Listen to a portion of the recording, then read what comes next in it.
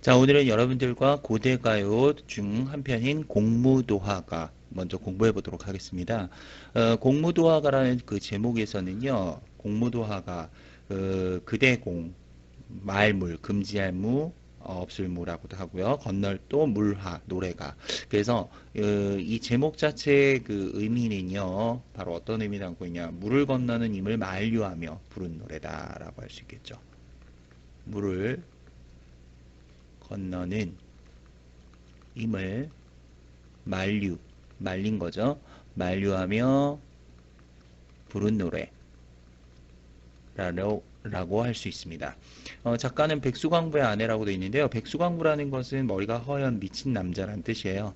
머리가 허연 미친 남자의 아내가 지었다. 뭐 제목부터도 그렇고 그 작자도 좀 심상치가 않은데요. 어떤 사연이 있는 노래냐? 음, 간단하게 그 배경 설화부터 좀 간단하게 설명을 하고 보자면요. 여러분들 그 밑에 핵심 정리에 교환에 여기 보시면 해제를 보시겠습니다. 뱃사공은 이제 노 젓는 사람이죠. 돈을 받고 이렇게 건네다 주는 일을 하는 사람인데, 뱃사공인 이 광리자고라는 사람이 우연히 목격을 한 사건이 있었어요. 바로 머리가 허연 미친 남자가 강물을 막 미친 듯이 건너가려고 하는 거야. 근데 그 뒤를 한 여인이 막 따라오고 있었죠. 이 강물이 있는데 머리가 허옇게 센 머리가 허연 여기 멀건색인데요. 그림으로 대략 보면 이 남자가 이 물을 향해 계속 달려가는 거야. 이 여인이 울면서 막 쫓아오는 거죠. 여보 안 돼요라고 하면서 막 쫓아오는데 결국 이 강물에 이 남자가 물에 빠져 죽게 되죠. 그래서 이 여인은 슬퍼하는 그 모습을 이 광리저고가 멀리서 배를 타면서 노를 젓고 있다가 그 광경을 목격을 한 거예요. 이것을 보고서 이제 집에 돌아가서 그 아내인 여옥에게 이 얘기를 들려줬더니 여옥이 굉장히 슬퍼하면서 이 공우라는 악기 아쟁과도 좀 비슷한데요. 현악기예요.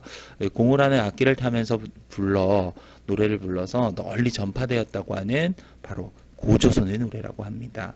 뭐 내용은 사별한 인과의 슬픔을 담았다는 거, 그 선생님이 지금 배경서라 설명한 걸 참고한다면 이미 죽어버린 것에 대한 슬픔을 담았다고 할 수 있겠죠. 지금 우리가 공부하고 있는 게 바로 고대 가요고요. 한혁시, 한문을 번역한 시죠. 그다음 개인의 감정을 좀 담고 있어 서정시다라고 할 수 있습니다. 사원사구의 형식이고요. 사원사구라는 것은 넉 줄로 되어 있고요. 한 줄에 넉자의 한자가 쓰여 있죠. 자, 여기 지금 보시면 사원 한 줄에 넉자가 쓰여 있고요. 넉줄로 되어 있죠. 사원사구의 한역시가다. 성격상 애상적이고 체념적이고 서정적이다. 애상적 슬프죠. 체념 떠난 힘을 더 이상 되돌릴 수 없으니까 체념적인 성격 보기. 그 다음 서정적 개인의 감정이 담겨져 있고요. 주제는 바로 임과의 사별을 슬퍼함이라고 할 수 있습니다. 문헌상으로는 가장 오래된 서정시인데요. 참고로 이게 이제 앞에서 우리 공부했던 구지가나 해가 같은 경우는 집단가요라고 했죠. 여러 사람들이 불렀던 거예요. 한 개인의 정서라기보단 여러 사람들의 그 어떤 마음을 함께 담아 부른 노래이기 때문에 집단가요라고 하는 반면에 이 공무도화가 같은 경우는요, 이제 그 집단가에서 개인적인 서정시가로 넘어가는 단계의 노래다. 그 의의 두 번째. 집단가에서 바로 개인적 서정시로 넘어가는 그 단계의 노래고요. 우리 전통적인 정서인 바로 뭘 바탕으로 했다? 바로 한을 바탕으로 하고 있다라고 할 수 있습니다. 별칭은요, 이게 공허한 악기를 타면서 불렀다고 해서요, 바로 공후인이라고도 합니다. 자, 이것을 참조하시면서요, 노래 한번 가서 보도록 하겠습니다. 자, 본문 볼게요. 임이여 그 물을 건너지 마오라고 했죠. 자, 여기서 나온 그 이 임은요, 바로 시에서 중심적인 서술 대상, 바로 시적 대상이라고 할 수 있겠죠. 임이여 그 물을 건너지 마오. 자, 여기서 그럼 물은 뭡니까? 처음에 물을 건너지 말라고 만류하는 거니까 화자가 그만큼 임을 사랑하기 때문에 물을 건너지 말라고 하는 거죠. 내가 사랑하지 않는 사람은 건너든지 말든지 무슨 상관이 있겠습니까? 너무너무 사랑하기 때문에 말리고 있는 거니까 이 부분에는 바로 화자의 충만한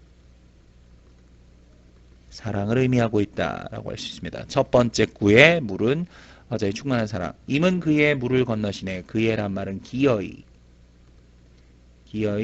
물을 건너시네. 자, 여기에 물은 그럼 어떤 의미로 쓰였을까요? 물. 물을 건너요. 이 물을 여기 그림에서도 보면 이 남자가 물을 건너는 순간 어떻게 돼요? 죽게 되죠. 여기는 죽음의 공간이라고 한다면 이쪽은 물 위는 삶의 공간. 그래서 삶과 죽음과 삶을 갈라놓는 공간이 되죠.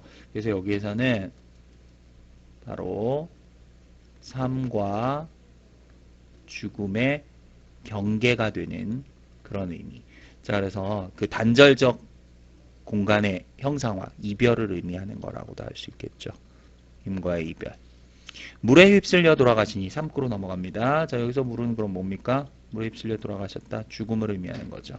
물에 휩쓸려 돌아가시니 가시님을 어이할고, 자, 마지막 행에 가시님을 어이할고, 자, 이 부분 참고하시면 화자의 심정이 집약이 되어 있습니다. 여기.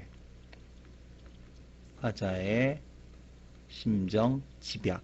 여기에 모든 것들이 다 화자의 심정이 드러나 있는데 어떤 심정? 슬픔과 탄식. 어이할꼬라고 해서 묻는 형식으로 마지막에 끝냈죠. 이거 서리법, 묻는 형식을 통해 내용을 강조하는 거 서리법이라고 하죠. 자, 이렇게 해서 정리를 좀 해볼 수 있어요. 그래서 첫 번째 구는요, 1구는 애원, 이미여 그물을 건너지 마오. 그러면서 임은 물을 그에 건너시네. 어떡하지 초조해요. 그 다음에 이물에 휩쓸려 돌아가시니 슬퍼 비애. 그 다음 가시님을 어이할꼬 탄식과 체념. 이런 것들이 담겨 있죠. 자, 정서의 그 추이 변화가 이런 식으로 이루어지고 있다는 거 참조하시고요. 공무도화가라는 작품 지금 살펴봤고요. 자, 그 다음 작품 바로 밑에 있는 황조가인데요. 같이 한번 황조가 또 살펴보도록 하겠습니다. 황조가는요, 유리왕의 작품으로 알려져 있습니다. 사랑하는 임을 잃은 이 유리왕이 그 사랑하는 임을 그리워하며 부른 노래라고 알려져 있는데요. 이것도 배경설화가 있습니다. 이 유리왕에게는요, 그 화희와 치희라는 두 명의 부인이 있었습니다. 화희가 본부인이고요. 치희는 첩이었어요. 근데 중국에서 내려온 첩이었는데 굉장히 미모가 뛰어났다고 하죠. 아무래도 유리왕이 치희를 더 사랑을 했고요. 총애를 하다 보니까 화희가 질투가 났던 거죠. 유리왕이 잠시 사냥을 나간 사이에 치희를 불러서 모욕적인 언동을 했어요. 뭐 너 같은 중국에서 온 년이 어디 우리 왕을 연보느냐라고 하면서 갖은 모욕을 주니까 이 치희가 너무 분해 견디지 못해서 짐을 싸들고 바로 그냥 본국으로 돌아갔다고 하죠. 뒤늦게 사냥을 갔다 이 사실을 알게 된 유리왕이 뒤늦게 그 치희의 뒤를 쫓았지만 찾지 못하고 쓸쓸히 홀로 돌아오는 길에 숲속에서 펄펄 날고 있는 꾀꼬리의 모습을 보면서 자신의 외로운 처지를 대조해서 드러낸 작품이 바로 이 황조가다라고 할 수 있습니다. 무엇보다 아주 개인적인 감정이 잘 녹아들어 있는 최초의 개인 서정시라고 이야기를 할 수 있습니다. 공무도안가는 이제 그 집단가에서 개인 서정시로 넘어오는 중간적 단계의 노래라면 황조가는 완벽하게 이제 개인적 서정성을 담고 있는 서정시라고 얘기할 수 있습니다. 자, 이런 것들을 좀 참조하셔서요, 여러분들 좀 살펴보도록 하겠는데요. 황조가 누런새의 노래. 누런새가 뭡니까? 여기서 황조라는 거는 꾀꼬리예요. 꾀꼬리. 꾀꼬리를 얘기해요. 꾀꼬리와 유리왕의 그 상황이 뭐가 되냐? 대조되죠. 왜? 이 꾀꼬리는 정다운데 유리왕은 지금 외롭잖아요. 그래서 이 자연과 인간의 대조, 대비라고 할 수 있겠죠. 자, 그럼 핵심 정리 간단하게 살펴보고 갈게요. 자, 여기 있지만 사랑하는 임을 잃은 외로움을 꾀꼬리라는 바로 자연물을 매개로 해서 이 꾀꼬리라는 자연물을 매개로 해서 표현한 유리왕의 노래다라고 할 수 있겠고요. 고대가요, 한역시, 서정시. 자, 여기서 중요한 거 서정시, 사원석과 한역과 똑같고요.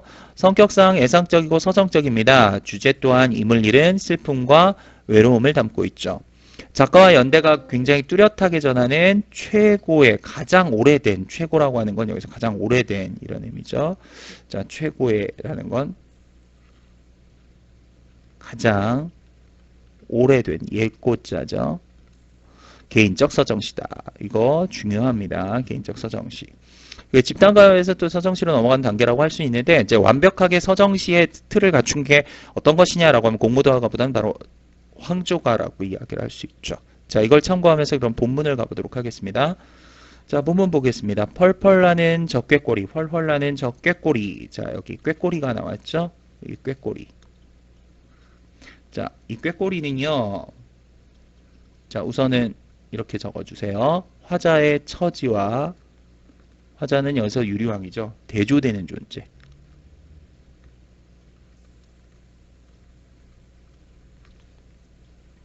두 번째는요. 객관적 상관물. 이 꾀꼬리라는 사물을 통해서 자신의 처지를 객관적 상관물이라고 할 수 있겠죠. 자신의 처지를 드러내고 있죠. 암수 정답게 논이는데 라고 했습니다. 암수가 정답게 논인데 시적화자인 유리왕의 처지와 좀 대비되죠. 자, 여기에서는 그래서 화자의 슬픈 정서를 불러일으킴 이라고 할 수 있겠죠. 외로울사인의 몸은 자 외롭다라는 표현 정서가 직접적으로 지금 표현되어 있습니다. 외로울사라고 표현됐죠. 자, 이 외로울사라는 것은 정서의 직접적 표출, 정서 감정이죠. 정서의 직접적 표출이라고 했습니다. 외로울사인의 몸은 외롭구나인의 몸은 니와 함께 돌아갈고 누구와 함께 돌아간단 말인가. 이 마지막 참 쓸쓸함이 느껴지죠. 여기에서는 바로 화자의 심정이 집약된 부분으로 함께 돌아갈 사람이 없음을 탄식하는 거죠. 함께 돌아갈 사람이 없음을 탄식함. 역시 돌아갈 것인가 그랬으니까 묻는 형식을 통해 내용을 강조하고 있는 서리법 역시 사용되고 있습니다. 자, 이렇게 해서 여러분들 공무도화가하고 황조가라는 작품, 고대가요 작품 살펴봤습니다. 표현법이나 또 그 작품 안에 쓰인 상징적 의미 이런 것들 잘 기억하시면서요. 꼼꼼하게 필기 잘 하시고요. 문제 한번 잘 풀어보시면서 복습하시기 바라겠습니다. 여기까지입니다. 수고하셨습니다.